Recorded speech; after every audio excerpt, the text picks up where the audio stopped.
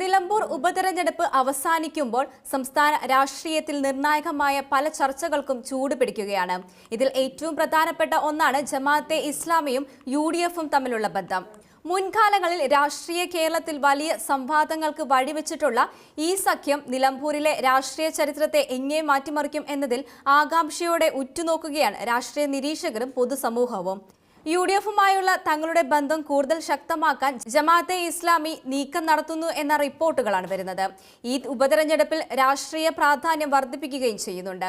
ജമാഅത്തെ ഇസ്ലാമി ഹിന്ദ് എന്ന സംഘടനയുടെ രാഷ്ട്രീയ വിഭാഗമായ വെൽഫെയർ പാർട്ടി കേരളത്തിൽ UDFുമായി സഹകരിച്ച് പ്രവർത്തിക്കുന്നതിൽ ദീർഘകാലത്തെ ചരിത്രമുണ്ട്.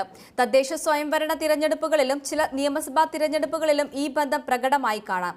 ഇത് പലപ്പോഴും വലിയ രാഷ്ട്രീയ വിവാദങ്ങൾക്കും പ്രത്യേകിച്ച് CPMന്റെ ഭാഗത്തു നിന്നും കടുത്ത വിമർശനങ്ങൾക്കും ഇടയാക്കിയിട്ടുമുണ്ട്.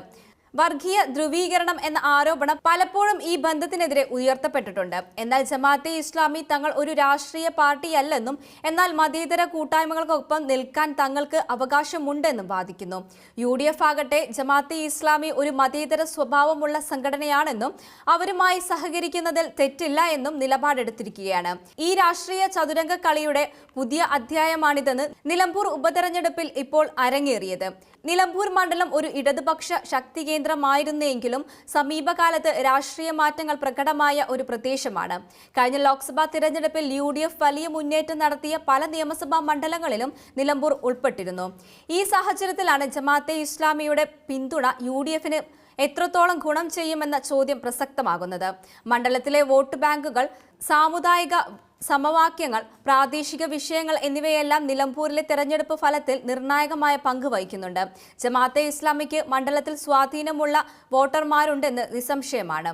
ജമാഅത്തെ ഇസ്ലാമിയും UDFുമായുള്ള ബന്ധത്തെ CPM എന്നും ശക്തമായി എതിർത്തിട്ടുണ്ട്. ഇത് മതേതരത്തിന് ഭീഷണിയാണെന്നും വർഗീയ കൂട്ടുകെട്ടാണെന്നും CPM ആരോപിക്കുന്നുമുണ്ട്.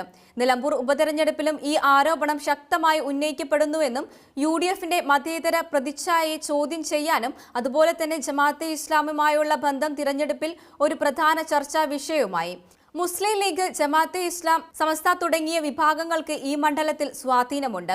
UDF പൊതുവെ മുസ്ലിം വോട്ടർമാരുടെ പിന്തുണയുണ്ടെങ്കിലും ജമാഅത്തെ ഇസ്ലാമിയുടെ തുറന്ന പിന്തുണ എത്രത്തോളം വോട്ടുകൾ UDFിലേക്ക് എത്തി എന്നത് കണ്ടറിയണം. ഇത് മറ്റു സമുദായ വോട്ടർമാരെ എങ്ങനെ സ്വാധീനിച്ചു എന്നതും പ്രധാനമാണ്. വർഗീയ ധ്രുവീകരണം എന്ന ആരോപണം ഒരു വിഭാഗം വോട്ടർമാരെ UDFിൽ നിന്നും അകറ്റി. കേരളത്തിലെ ഈ രാഷ്ട്രീയ നീക്കങ്ങൾ ദേശീയ രാഷ്ട്രീയത്തിലും പ്രതിഫലനങ്ങൾ ഉണ്ടാകാൻ സാധ്യതയുണ്ട്. ലോക്സഭാ തിരഞ്ഞെടുപ്പിൽ പ്രതിപക്ഷ ഐക്യത്തിന്റെ പ്രാദേശിക തലത്തിൽ രൂപപ്പെട്ട ഇത്തരം സഖ്യങ്ങൾക്ക് ദേശീയ തലത്തിൽ എന്ത് സന്ദേശമാണ് നൽകാൻ കഴിയുക എന്നതാണ് പ്രധാനം. ഇന്ത്യൻ മതേതരത്തെക്കുറിച്ചും സഖ്യരാഷ്ട്രീയത്തെക്കുറിച്ചുമുള്ള ചർച്ചയിൽ നിലമ്പൂർ ഉപതെരഞ്ഞെടുപ്പ് ഒരു പഠന വിഷയമായി മാറിയിരിക്കാം. കോൺഗ്രസ് നേതൃത്വവും മുസ്ലിം ലീഗ് നേതൃത്വവും ഈ വിഷയത്തിൽ കൈക്കൊള്ളുന്ന നിലപാടുകൾ വലിയ പ്രാധാന്യം അറിയിക്കുന്നതാണ്. ഈ തിരഞ്ഞെടുപ്പിൽ മാധ്യമങ്ങൾ വലിയൊരു പങ്ക് വഹിക്കുകയും ചെയ്തിട്ടുണ്ട്. UDF ജമാഅത്തെ ഇസ്ലാമി ബന്ധം, അതിന്റെ ഗുണങ്ങളും ദോഷങ്ങളും സാധ്യതകളും വെല്ലുവിളികളും മാധ്യമങ്ങൾ തുടർച്ചയായി വിശകലനം ചെയ്യുന്നുണ്ട്. പൊതുജനങ്ങളിൽ ഈ ബന്ധത്തെക്കുറിച്ചുള്ള കാഴ്ചപ്പാടുകൾ രൂപപ്പെടുത്തുന്നതിൽ മാധ്യമങ്ങളുടെ റിപ്പോർട്ടുകൾക്ക് വലിയ സ്വാധീനം ചെലുത്താൻ കഴിയും. സോഷ്യൽ മീഡിയയിലും ഈ ചർച്ചകളെ കൂടുതൽ സജീവമാക്കാൻ സാധ്യതയുണ്ട്. നിലമ്പൂർ ഉപതെരഞ്ഞെടുപ്പ് ഫലം കേരളത്തിലെ രാഷ്ട്രീയ സഖ്യങ്ങളുടെ ഭാവിയെക്കുറിച്ചും ചില സൂചനകൾ നൽകാം. ജമാഅത്തെ ഇസ്ലാമുമായുള്ള ബന്ധം UDFന് വിജയത്തിലേക്ക് വഴി തുറന്നുകൊണ്ട് ഭാവിയിലും സമാനമായ സഖ്യങ്ങൾ രൂപപ്പെടാനുള്ള സാധ്യതയും വർദ്ധിക്കും.